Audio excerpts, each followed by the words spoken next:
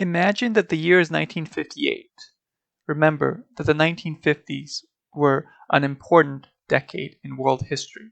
This is the same decade when North Korea invaded South Korea, Elizabeth II became Queen of England, the first polio vaccine is developed, the US Supreme Court ruled that racial segregation is unconstitutional in Brown versus Board of Education, Russia launched Sputnik 1, the very first artificial satellite. A lot is happening in the world, and you are 15-year-old Bobby Fischer, playing in the US Championship, and you are feeling like you are on the top of the world, because in the previous US Championship, which was held in late 1957 to early 1958, you became the youngest player ever to win that tournament at the age of 14, a record that stands to this day. Now, in this game, you are playing Samuel Olszewski, your fiercest American rival, a chess prodigy who is now in his late 40s. So this is a battle of the generations. And Olszewski is a powerhouse, being the contender for the World Championship for each of the previous 3 decades, and the player that had already won the US Championship 7 times, more than any other player at that time. And then, as Fischer, imagine the humiliation of your opponent when, in the first 9 moves, he already fell for your trap, a trap which leads to the inevitable loss of Olszewski's queen on move 12. Let's have a look. e4, c5. Olszewski plays the Sicilian defense, a counter-attack opening, knight f3, developing the knight, fighting for the center, and bringing white one step closer to being able to castle. In this position, g6 would be the hyper-accelerated dragon. d6 can lead to various variations of the Sicilian, including the Najdorf, dragon, classical, or the Scheveningen. Since Olszewski was intending to play the accelerated dragon, he played knight c6, which develops the knight and fights for the center. d4, c takes d4, taking one of white's central pawns. Knight takes d4. In this position, e6 is the Taimanov, e5 is the Kalashnikov. Both are variations of the Sicilian defense. Olszewski played the accelerated dragon with g6. In the regular Sicilian dragon, the knight is back on b8, and black's d-pawn is on d6.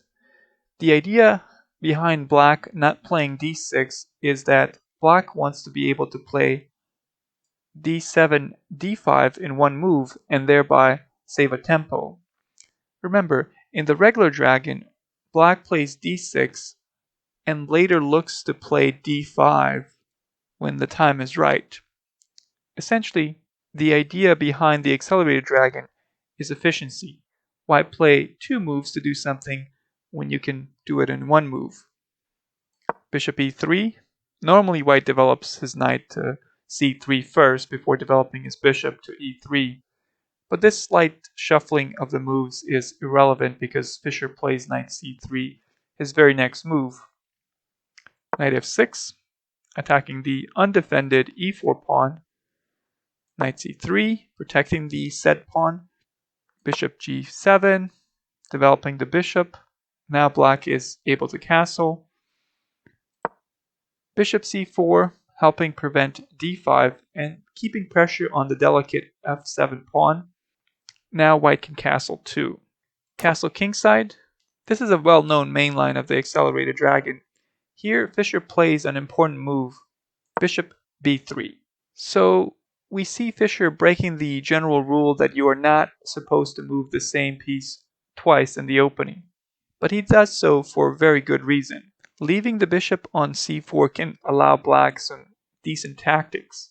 As an example, let's look at what would happen if white played castle kingside instead. Even though this move looks okay, it actually allows black an advantage after knight takes e4, taking our pawn and sacrificing the knight. White would play knight takes e4, capturing black's knight, but here black has a tactic.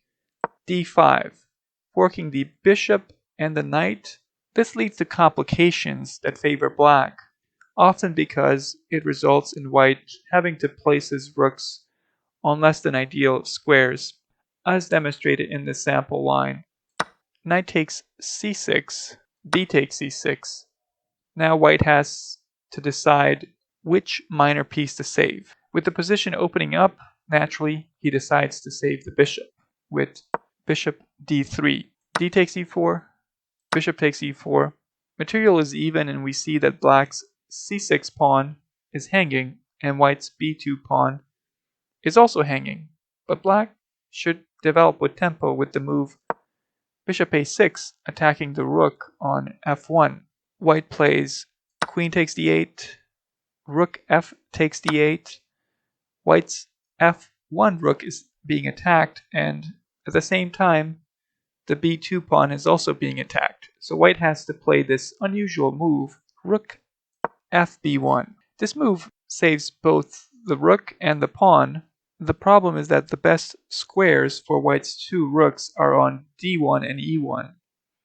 On a1 and b1, the rooks are, at least for now, doomed to passivity. Black will defend his c6 pawn here and have a slightly better position due to white's weak rooks.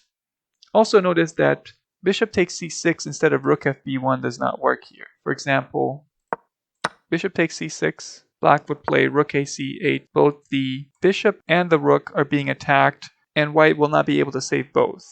So now we see why bishop b3 is an important move. Let's go back to that move.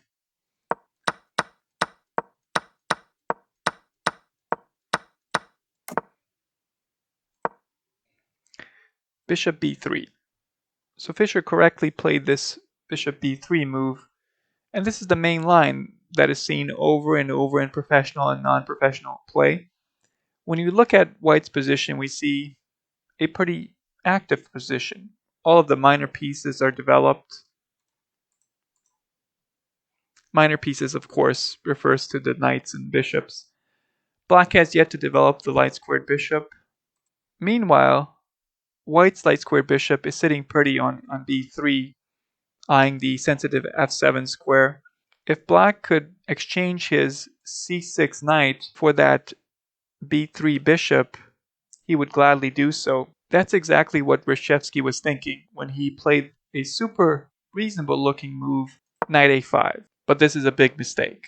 Believe it or not, white has a brilliant way of winning black's queen in this super calm looking position. If you want to try and find that move, now is a good time to pause the video. So Fischer played e5. Black's knight does not have very many squares. Knight h5 simply leads to g4, trapping the knight.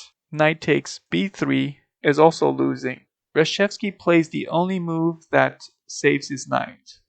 Knight e8. Imagine the shock and humiliation Fischer's opponent must have felt when he saw Fischer's next move. Fischer played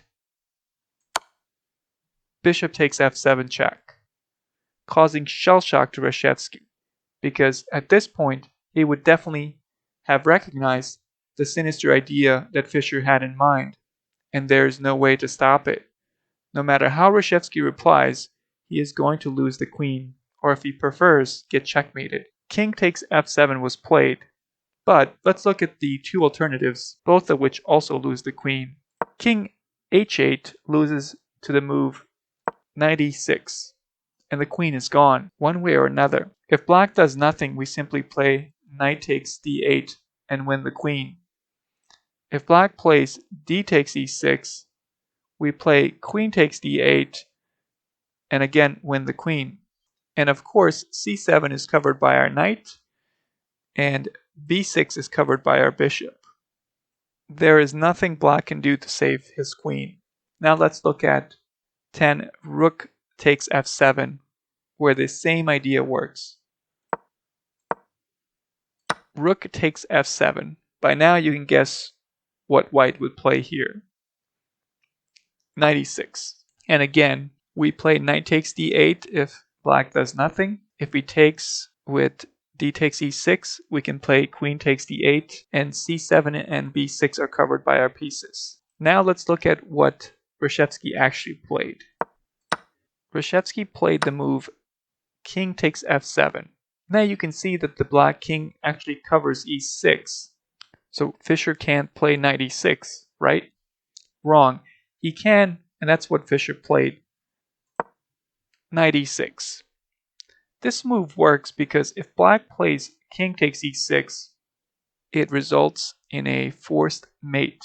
Let's look at that. King takes e6. This move obviously looks dangerous, and actually it is a forced checkmate in 6. And there are multiple ways to force this checkmate. Let's look at one example. Queen d8, check. This move forces the king further away from his camp with king f5, which is the only legal move for black. g4, check, sacrificing the pawn, and actually f4 works here as well. King takes g4, again, only move. White plays queen e4, check. Rook g1, check would have also worked. And black plays king h3, but let's look at king h5 first. So if king h5, we have the variation rook g1, d6, guarding the g4 square, but it does not matter. Rook g5 check, and black's only move is king h6. And then we checkmate with queen h4 checkmate. Now let's look at king h3. If king h3, we have rook g1, d6, opening up the diagonal for the bishop, but this is futile, of course. Rook g3 check, king takes h2, is black's only move. Queen g2 checkmate. So we see now that black definitely cannot capture the knight on e6. Now let's go back and see what Reykjavík decided to do.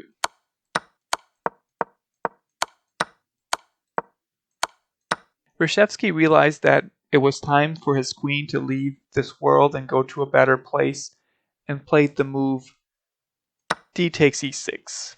Now, on move 12, Fischer simply took his rival's queen with queen takes d8.